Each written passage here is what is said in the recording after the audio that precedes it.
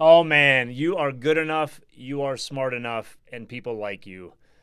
The 90s were probably my favorite time to be alive. There was just something special about living in a time when fraternity hazing was still okay, when all of the beer was macro brewed, and when mullets weren't ironic. So, back in the day, when we used to watch TV shows at their designated time instead of, whenever we wanted to.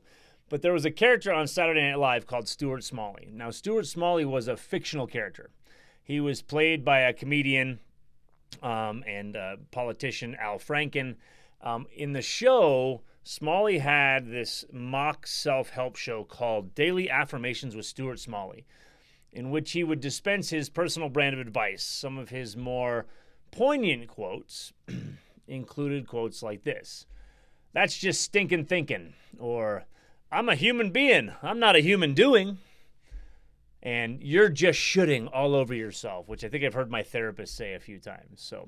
But possibly the most popular piece of advice, and the one that I liked the most from Stuart Smalley, was the one that he would say when he looked in the mirror before every show. As a part of his pre-show ritual, he would stand in front of a mirror and repeat these words to himself: "You're good enough, you're smart enough, and doggone it, people like you." I was never really sure why I liked the quote so much until many, many years later, when I was dealing with my own personal insecurities and I found myself Googling things like, "Why do I feel like a fraud?" "How to fake it until you make it," or "What if people find out I don't know what I'm talking about?" So many years ago, I'd built a successful coaching practice from the ground up. I'd worked with dozens of small businesses to help them become more successful, and I was constantly being asked for my opinion and assistance on problems that seemed insurmountable for the asker, yet kind of ridiculously simple for me. So I'd provide my opinion or a solution essentially off the top of my head, and people would smile and say things like, "Yeah, that's a great idea," or "Oh my gosh, why didn't I think of that?"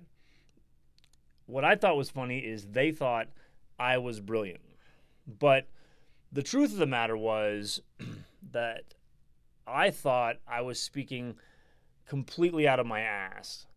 And I was secretly just hoping that people wouldn't figure out that I didn't know what I was talking about.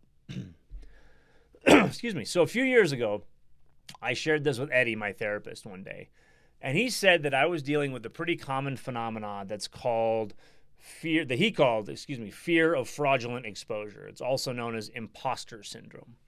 So imposter syndrome is this psychological pattern in which an individual doubts their accomplishments and has this persistent internalized fear of being exposed as a fraud. It kind of looks like this. It's kind of like there's a circle over here where you're making something look easy, and then a circle over here where you're discounting its value. And so just because it's easy, you discount its value, that becomes the imposter syndrome. It becomes like, well, if this is so easy for me, how can it be so tough for somebody else? I don't understand. Why do people think this is so amazing when I think it's so easy?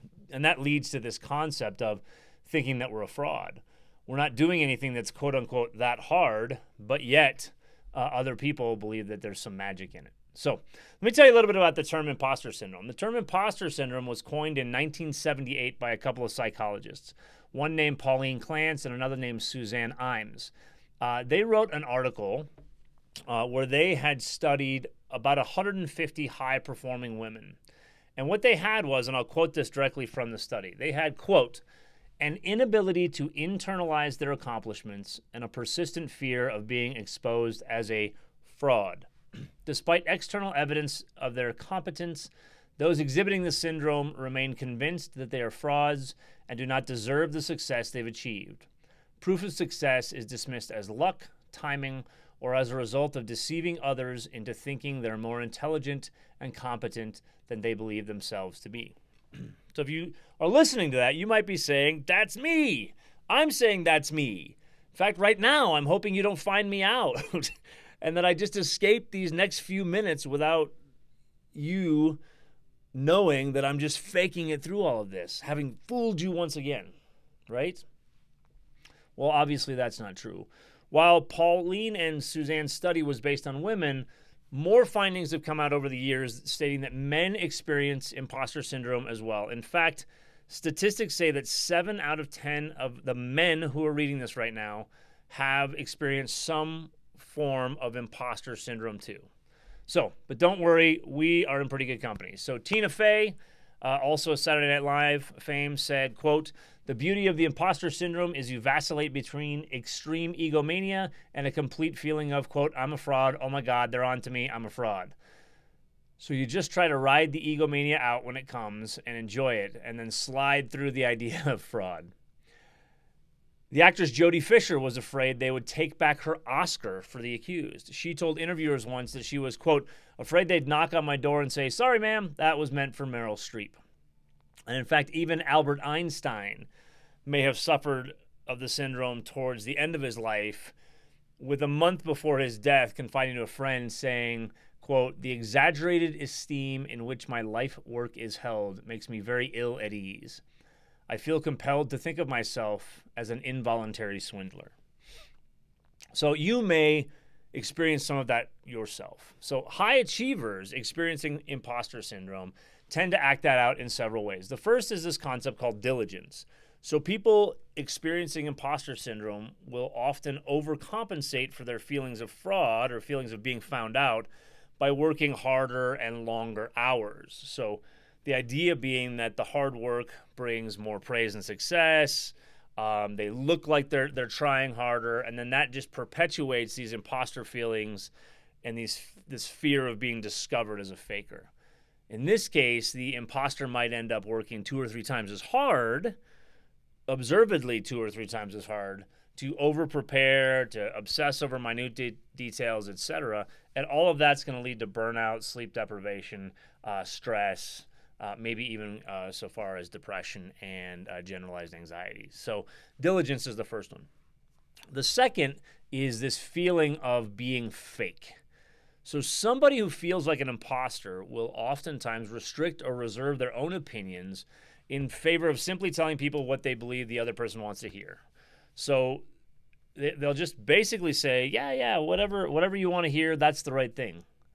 So this feeling of being fake, meaning that they think they have the right answer, but they're not willing to share it, further perpetuates this sense of being a fraud. The third thing they'll do is they'll use charm. And this is one that a lot of us use, right? So high achievers commonly use their intuitive perceptiveness and charm to receive praise from others and seek out relationships with people to improve their capabilities creatively and professionally. But when these others provide praise or recognition, they feel that praise is based on their charm, not their ability. Well, it's not that he thinks that I'm that good. He just likes me. He doesn't want to hurt my feelings. It's based on charm. So we'll use that charm. The fourth one then that often comes up when we're acting out our imposter syndrome is understating our confidence. So another way that we choose to enhance our imposter feeling is to avoid expressing confidence in our own abilities. So somebody dealing with imposter feelings may believe that if he or she actually believes in, or heaven forbid, expresses his or her intelligence and abilities, that could lead to rejection by others. Therefore, they may just convince themselves that they're not intelligent and they don't deserve success so that they can avoid this feeling of being kind of the smartest person in the room, which is a challenge in and of itself. So, 4 things: diligence, feeling of being fake, use of charm, and understating or proving confidence. So what can you do, and how can you take control of this feeling, and what can you do about this feeling that your success is merely luck and not your own efforts? So over the years of working with all of these clients, over 20 plus years, and dealing with my own brand of imposter syndrome, and helping these clients deal with theirs, I've come up with a simple method that seems to help when you feel like you're feeling like a fraud. Okay? So get a pen and paper out and get ready for these. Number 1, you need to accept that you had some impact on your own success. Yeah, sure, your dad introduced you to that guy that knew that one other guy who hooked you up with your last big deal or whatever, but they didn't hire you simply because of this connection. You must have shown them something that they really liked in order to hire you. You have to learn to internalize your successes and see that, in fact, you did do something to get to where you are. That's number one. Accept that you had some impact on your own success. Number two, stop comparing yourself to others. There is no reason that you should be reading this right now, okay? Or listening to this, watching this video. I'm just some guy that thinks he has something positive to share with the world. There are lots of other people that you could follow that probably know more than I do about the subject. But you are watching my video. You are reading my newsletter, okay? There's a reason for that. I have to understand that somebody likes what I do. When you compare yourselves to others, you're basically saying to yourself, my life sucks, and I want you to stop it. Just do you. Number two, stop comparing yourself to others.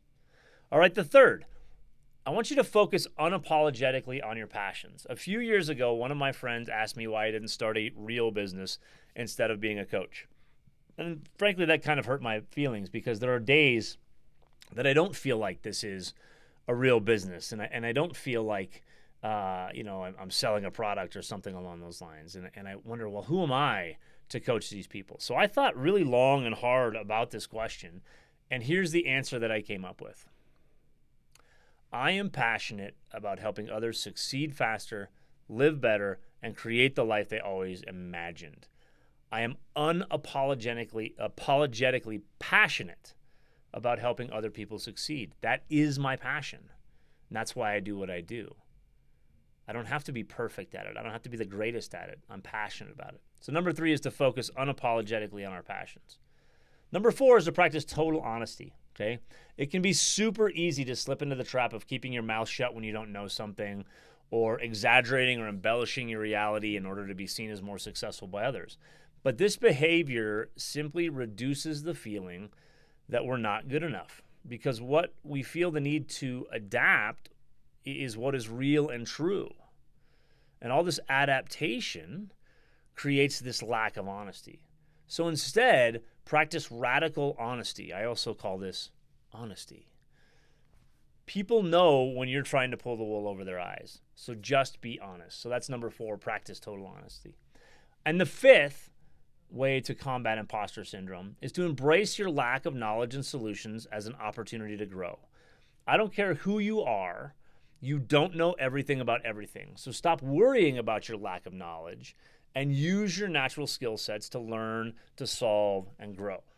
Listen, I'm not perfect. I still slip into imposter syndrome every now and then. Okay, like maybe more like every week or maybe every day. So every now and then when I forget, I think about Stuart Smalley, and I go to my mirror and I say to myself, and you can say it with me, I'm good enough, I'm smart enough, and doggone it, people like me. Have a great day, guys.